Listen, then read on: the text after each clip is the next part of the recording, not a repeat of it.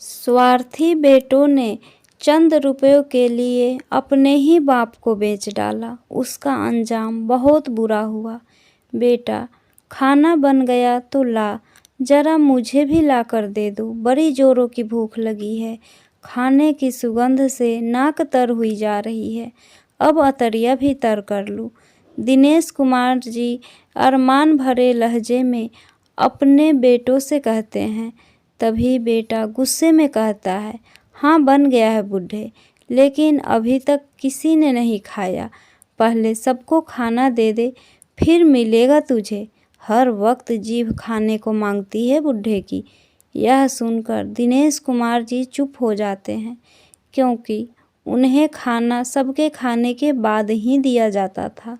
बूढ़ा जिस्म खाल हड्डियों में चिपकी हुई, चेहरा झुर्री से भरा हुआ, एक हाथ ज़्यादा काम न करता था, आंखें अंदर को धंस गई थी, हर वक्त मायूसी चेहरे पर छाई रहती थी। पूरे दिन अकेले अपने खाट पर बैठे हुए इधर से उधर आने जाने वाले को देखते रहते थे। घर में 4 बेटे थे, 4 बहुएं थी, पोते पोती सब थे, लेकिन कोई पास बैठकर 2 बातें करने के लिए तैयार नहीं था। जब भी किसी से बात करने की कोशिश करते, तब सब धुतकार देते और कहते कि इस बूढ़े से क्या बात करें। सब दिलीप कुमार जी से दूर दूर भागते थे, जैसे कि वह कोई अछूत हो। बुढ़ापा भी कितना दुखदाई होता है। अपने ही बच्चे बुढ़ापे में दूर भागते हैं। एक ज़माना ऐसा हुआ करता था जब दिनेश कुमार जी घर के मुखिया हुआ करते थे। जब वह घर में आते थे तो लगता था जैसे कोई शेर आ गया हो, और शेर को देखते ही बकरियां तितर बितर हो जाया करती थी। उनके सामने कोई बोलने वाला नहीं था। उनके बेटे उनके सामने आने से डरते थे, और बहुओं की तो बात ही क्या थी। इतनी रौबदार शख्सियत के मालिक थे कि सामने वाले को देखते ही पसीना छूट जाया करते थे। उसके मुंह से 2 अल्फाज भी नहीं निकल पाते थे। उनका फैसला अटल होता था, जैसे पत्थर पर कोई लकीर खींच दी हो। किसी को भी उनके फैसले के खिलाफ जाने की हिम्मत नहीं होती थी। उनके 4 बेटे थे, राहुल, मोहन, सुजीत और रोहन। उनकी कोई बेटी नहीं थी। चारों बच्चों की उन्होंने शादी कर दी थी। घर में बहुए पोते पोती हुए। उनका अब एक बड़ा कुनबा हो चुका था। धीरे धीरे वक्त बीतते गया और उन्होंने सब काम धंधा अपने बच्चों के हाथ में सौंप दिया, लेकिन ज़मीन और घर अभी भी उन्हीं के नाम पर है। फिर उनकी पत्नी ने भी उनका साथ छोड़ दिया और वह अकेले रह गए। वक्त गुजर रहा था और वक्त के गुजरने के साथ साथ ही वह कमज़ोर होते जा रहे थे और उनके बच्चे उन पर हावी होते जा रहे थे। जब तक पत्नी थी तब तक तो सब कुछ ठीक था, पर धीरे धीरे बच्चों ने रंग दिखाना शुरू कर दिया। अब उनका कमरा भी उनका ना रहा। उनका पलंग भी अब बरामदे में डाल दिया गया था। खाना भी अब सबके खाने के बाद उन्हें दिया जाता था, और वह किसी को भी कुछ भी नहीं कहते थे, बस बैठे हुए सब कुछ देखते रहते थे। कमज़ोर भी तो हो गए थे, लेकिन फितरत तो वही थी। अपनी बेइज्जती बर्दाश्त नहीं कर पाते थे। जब नाखून बड़े हो जाते तो बेटों से कहते कि मेरे नाखून काट दो, तो बड़ा बेटा दूसरे बेटे को कह देता, और दूसरा बेटा तीसरे को, और तीसरे चौथे को कह देता। कहते कहते बहुत मुश्किल से नाखून काटे जाते थे। अपनी बेबसी पर उन्हें बहुत रोना आता था, और अपने वह दिन उन्हें याद आते थे जब सब उनके आगे पीछे घूमते थे और वह घर के मुखिया हुआ करते थे। बुढ़ापे में उन्हें यह दिन देखने पड़ेंगे, उन्होंने कभी अपने सपने में भी नहीं सोचा था।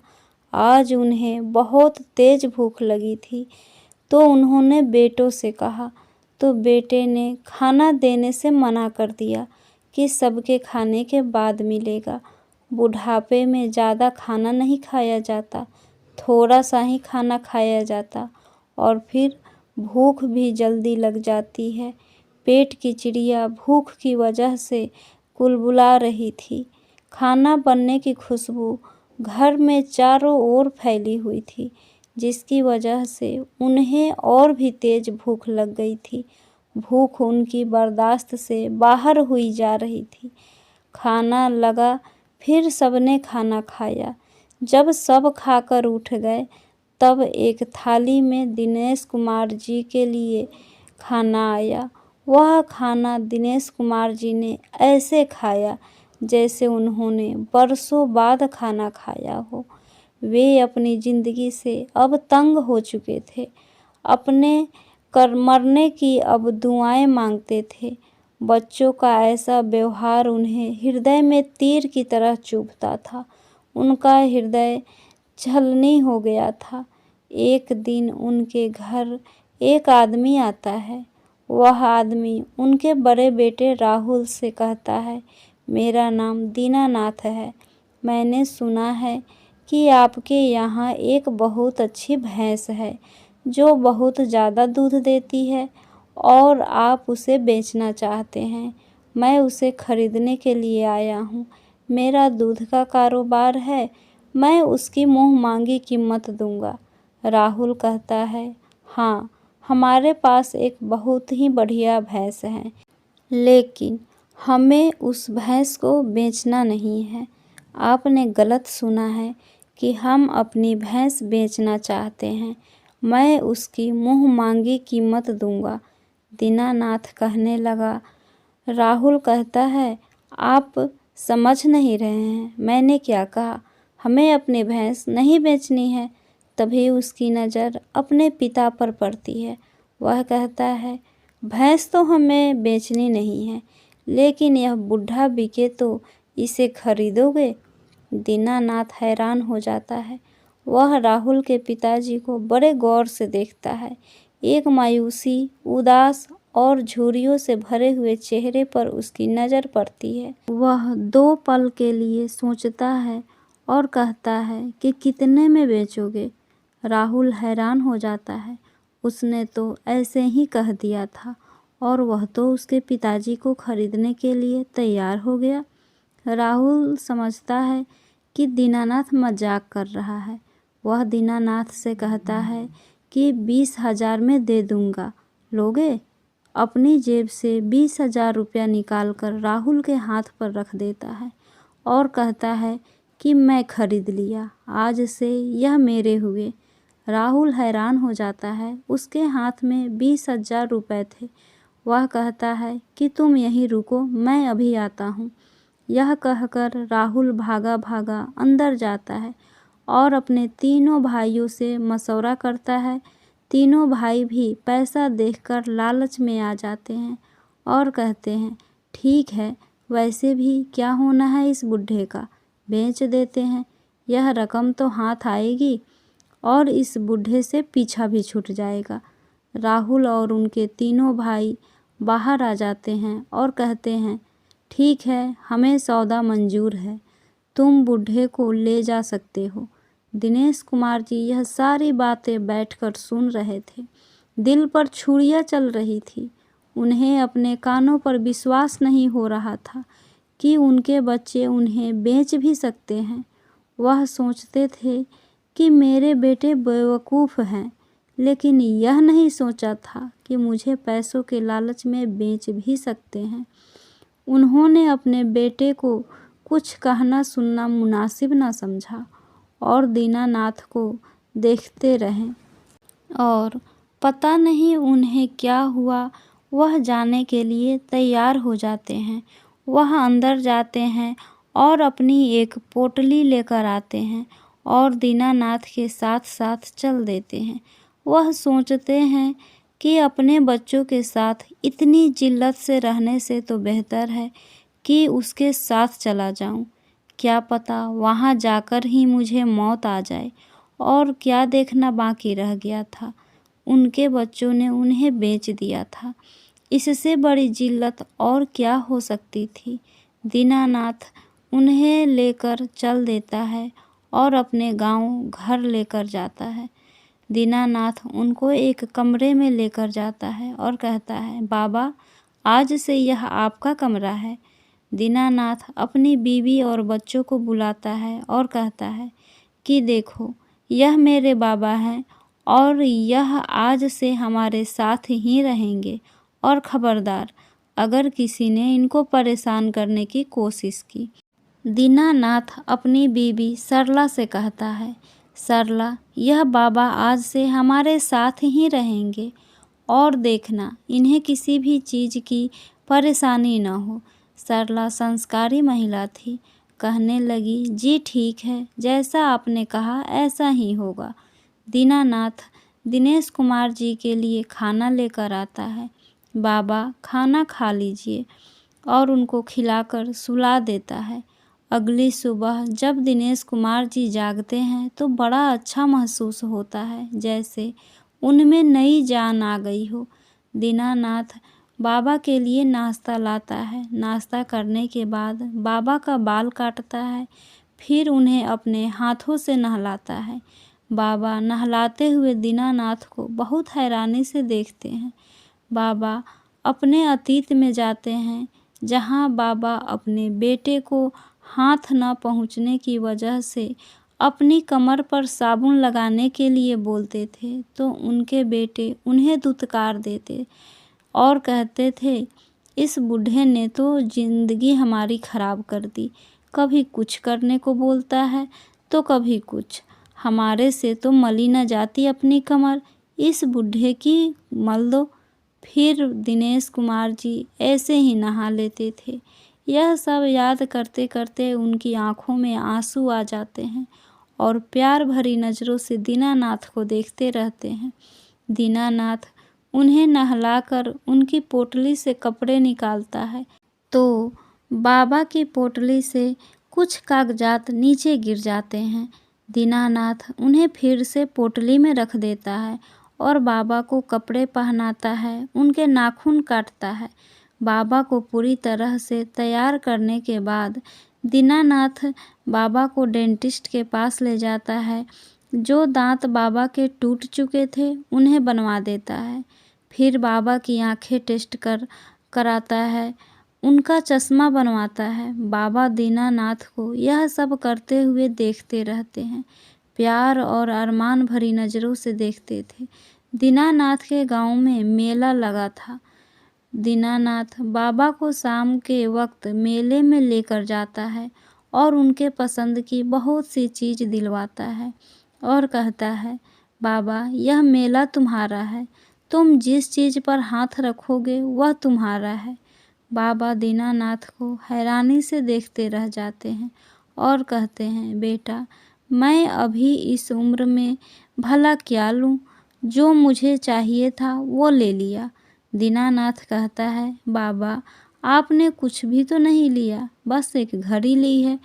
बाबा को घड़ी का बहुत शौक था, जिसके लिए उन्होंने अपने चारों बेटों को बोला था, लेकिन किसी भी बेटे ने उन्हें घड़ी लाकर नहीं दी थी। इसलिए आज उन्होंने मेले से घड़ी ले ली और अपने हाथ में पहन ली। दीनानाथ जी और बाबा कुछ देर मेले में घूमने के बाद फिर चाट खाते हैं। बाबा का मन हिंडोले में बैठने का था, लेकिन शर्म के कारण बोल नहीं पाए। लेकिन दीनानाथ उनके मन की बात जान चुका था, जिस तरह से वह हिंडोलों को देख रहे थे। दीनानाथ ने बाबा को हिंडोले में झुलाया। बाबा बहुत हंसी और हंसते हंसते रोने लगे। हिंडोले में झूलने के बाद बाबा और दीनानाथ घर आ जाते हैं। दीनानाथ की पत्नी बाबा और दीनानाथ को खाने के लिए पूछती है, तो बाबा मना कर देते हैं कि मेरा पेट तो भरा हुआ है, मैं खाना नहीं खाऊंगा। दीनानाथ जिद करता है, लेकिन बाबा खाना नहीं खाते, तो दीनानाथ बाबा को उनके कमरे में लेटाकर आ जाता है और उनके लिए खाने की थाली ले जाकर रख देता है और कहता है, बाबा यह रहा आपका खाना, रात में भूख लगे तो खा लेना। बाबा बोलते हैं, ठीक है बेटा तुम रख दो, भूख लगी तो खा लूँगा। दीनानाथ अपने कमरे में चला जाता है। दिनेश कुमार जी को यह सब एक सपना की तरह लग रहा होता है। वह सोच रहे थे कि अपने घर में मेरी क्या औकात थी और यहाँ इतनी इज्जत। मैं हर पल मौत की दुआ करता रहता था, लेकिन मेरी ज़िंदगी ने ऐसा मोड़ भी आएगा, यह तो मैंने कभी सोचा भी न था। अब मैं और जीना चाहता हूँ। इस परिवार ने मुझे इज्जत दी है, मैं इनका हमेशा आभारी रहूँगा। तभी दीनानाथ वहाँ आ जाता है और कहता है, बाबा आपने खाना नहीं खाया? बाबा खा लीजिए, नहीं तो कमज़ोरी आ जाएगी। इस पर दिनेश कुमार जी बोलते हैं, बेटा तू मेरी इतना चिंता क्यों करते हो?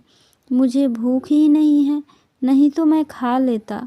दीनानाथ बाबा के हाथ पकड़कर बाबा के बिस्तर पर ही बैठ जाता है और बाबा के हाथ पकड़े रहता है और कहता है, बाबा आप हमेशा खुश रहें, बस तो मैं भी खुश रहूँगा। बाबा बोलते हैं, बेटा तुम्हारे होते हुए मुझे क्या हो सकता है, लेकिन बेटा एक बात तुमसे पूछूं, जवाब दोगे? दीनानाथ बोला, हाँ बाबा ज़रूर पूछिए। बेटा जब मेरे बेटे ने मेरी कीमत लगाई और मुझे बेचने की बात बोली तो तुम मुझे लेने के लिए क्यों तैयार हो गए और मुझे अपने साथ लाकर अपने घर में रखकर इतना प्यार क्यों दे रहे हो? आज के समय में इसकी तो उम्मीद भी नहीं की जा सकती जो तुम कर रहे हो। बेटा मुझे यह सब सपने जैसा लग रहा है, लेकिन यह तो हकीकत है। दीनानाथ बोला, हाँ बाबा यह हकीकत है। बाबा तुम नहीं जानते हो, मैं ज़िंदगी में अपने पिताजी को खोकर कितना कुछ खोया हूँ। जब तक मेरे पिताजी पास थे मुझे उनकी कदर ना हुई। आज जब पास नहीं है तो रह रह कर उनका ख्याल आता है। जब आपके बेटे ने आपकी कीमत लगाई तो उसमें मैं खुद को पाया और आप में अपने पिताजी को। मेरे पिताजी बहुत इज्जतदार व्यक्ति थे, लेकिन मैंने अपने पिताजी को कभी इज्जत ना दी। हर पल उन्हें कोसता रहता था, हर पल उन्हें ताना मारता, हर पल उन्हें जलील करता और कभी कभी हाथ भी उठा देता था। दीनानाथ जी रोते रोते बोलता जा रहा था और बाबा सुनते जा रहे थे। फिर दीनानाथ कहता है, बाबा मेरी ही लापरवाही है कि मैंने अपने पिताजी को खो दिया। एक रात बाबा को खांसी इतनी ज़्यादा थी कि मुझे सोने में परेशानी हो रही थी। मुझे गुस्सा आया तो मैं बाबा को कई नींद की गोली एक साथ दे दी ताकि सो जाएं अच्छे से। लेकिन मैं ये नहीं जानता था कि पिताजी ऐसे सोएंगे कि कभी उठ ना पाएंगे। मेरे हाथों पिताजी की हत्या हो गई। बाबा बाबा दहाड़े मार मार कर दीनानाथ रोने लगा। बाबा दीनानाथ को अपने सीने से लगा लेते हैं। जब आपके बेटे ने आपकी कीमत लगाई तो मैंने सोचा मुझे अपना प्रायश्चित करने का इससे अच्छा मौका नहीं मिलेगा। बाबा मेरी पिताजी के मौत के बाद मैं हर पल मरता रहता हूँ, रोज़ जीता हूँ रोज़ मरता हूँ। बाबा आप मुझे कभी छोड़कर मत जाना, मेरे पास ही रहना। बाबा दीनानाथ को चुप करते हुए और कहते हैं, बेटा मैं तुम्हें कभी छोड़कर नहीं जाऊंगा, तुम ही तो मेरे बेटे हो। दीनानाथ बेटा मैं ही जानता हूँ, मैं रह तो रहा था अपने घर अपने बेटों के पास, लेकिन वैसे नहीं जैसे मेरे बेटे रहते थे। मेरे घर में किसी चीज़ की कमी न थी। मैंने अपने बच्चों को पालने के लिए किसी चीज़ की कमी नहीं की, लेकिन मुझे पालने में मेरे तूने सारी कमियां पूरी कर दी। बेटा मुझे अपने घर लेकर आए, मुझे इतना सम्मान दिया, मुझे 2-4 दिन के अंदर वह सारी खुशियाँ दे डाली जो मुझे मेरा पूरा कुनबा न दे पाया। अब मैं भी तुम्हें कुछ देना चाहता हूँ। दीनानाथ चौंक कर कहता है, क्या बाबा? दिनेश कुमार जी अपनी पोटली में से कागजात निकालते हैं और दीनानाथ के हाथ पर रखते हैं। दीनानाथ उन्हें देखा और हैरान होकर पूछता है, बाबा यह क्या है? बाबा कहते हैं, यह मेरी ज़मीन और घर के कागजात है जिस पर मेरे दस्तखत है। मेरे बेटे गधे हैं, बेटा बेवकूफ़ है, मेरा काम धंधा अपने हवाले कर लिया, लेकिन मेरे घर और ज़मीन अपने नाम न कर सका, क्योंकि उनका यह कहना था कि बूढ़े का सब कुछ हमारा ही तो है। लेकिन जल्दी जल्दी में मेरी कीमत लगाकर मुझे 20,000 के लिए बेच डाला। तुम ही मेरे बेटे हो। अपने बेटों के साथ तो मैं मर मर के जी रहा था, तूने मुझे मरते मरते नई जिंदगी दे दी। मेरा मरा हुआ शरीर फिर से जिंदा कर दिया। मुझे शहर लेकर चलना, अदालत जाकर मुझे यह सब तेरे नाम करना है और ज़मीन अपने कब्जे में ले लेना। दीनानाथ हैरान रह जाता है, उसे लेने से इनकार कर देता है, लेकिन बाबा की जिद के आगे घुटने टेक देता है। दीनानाथ और बाबा एक दूसरे के गले लग जाते हैं। तभी दीनानाथ की पत्नी और बच्चे भी वहां आ जाते हैं। दीनानाथ की पत्नी भी उन्हें देखकर खुश हो जाती है और बच्चे भी दीनानाथ और बाबा को लिपट जाते हैं। कुछ दिन की खोज के बाद घर ज़मीन की लालच में दीनानाथ के गांव घर का पता करके जब चारों बेटे दीनानाथ के घर आते हैं और दीनानाथ उस वक्त घर में नहीं होता, तो दीनानाथ की पत्नी से कहते हैं कि हम अपना बुढ़ा लेने आए हैं जो हमने आपके पति से बेचा था। तभी दिनेश जी एक डंडा लेकर अपने कमरे से बाहर आते हैं और दे धराधर चारों बेटों को ठोक देते हैं और ठोक ठोक के कहते हैं, बुढ़ा लोगे? ले लो बुढ़ा। उई माँ करते करते चारों बेटे 9-2-11 हो जाते हैं। जब दीनानाथ घर आता है, दिनेश कुमार जी उसे सब बात बताते हैं, तो दीनानाथ हंसते हंसते लोटपोट हो जाता है और अपने बाबा को लिपट जाता है और ऐसे ही हंसते हंसते बाबा की सेवा करते करते कई साल बीत जाते हैं और एक दिन बाबा दीनानाथ को अलविदा कहकर इस दुनिया से चले जाते हैं। बाबा के जाने के बाद दीनानाथ बाबा का दिया हुआ वचन निभाता है और कानूनी कार्यवाही करके दिनेश कुमार जी का घर और ज़मीन अपने कब्जे में ले लेता है। तो दिनेश कुमार जी के बच्चे सड़क पर आ जाते हैं, खाने के लिए भी लाले पड़ जाते हैं। उनका हश्र आज बहुत बुरा है। जिन बेटों ने कुछ पैसों के लालच में ही अपने ही बाप को बेच डाला, उस औलाद को भगवान कैसे सुखी रख सकता था। माता पिता वह हस्ती है जिनके पसीने की एक एक बूंद का कर्ज भी औलाद चुका नहीं सकता। फ्रेंड्स, आशा करती हूँ यह कहानी आपको ज़रूर पसंद आई होगी। प्लीज़ लाइक, सब्सक्राइब और शेयर करना ना भूलें। Thank you.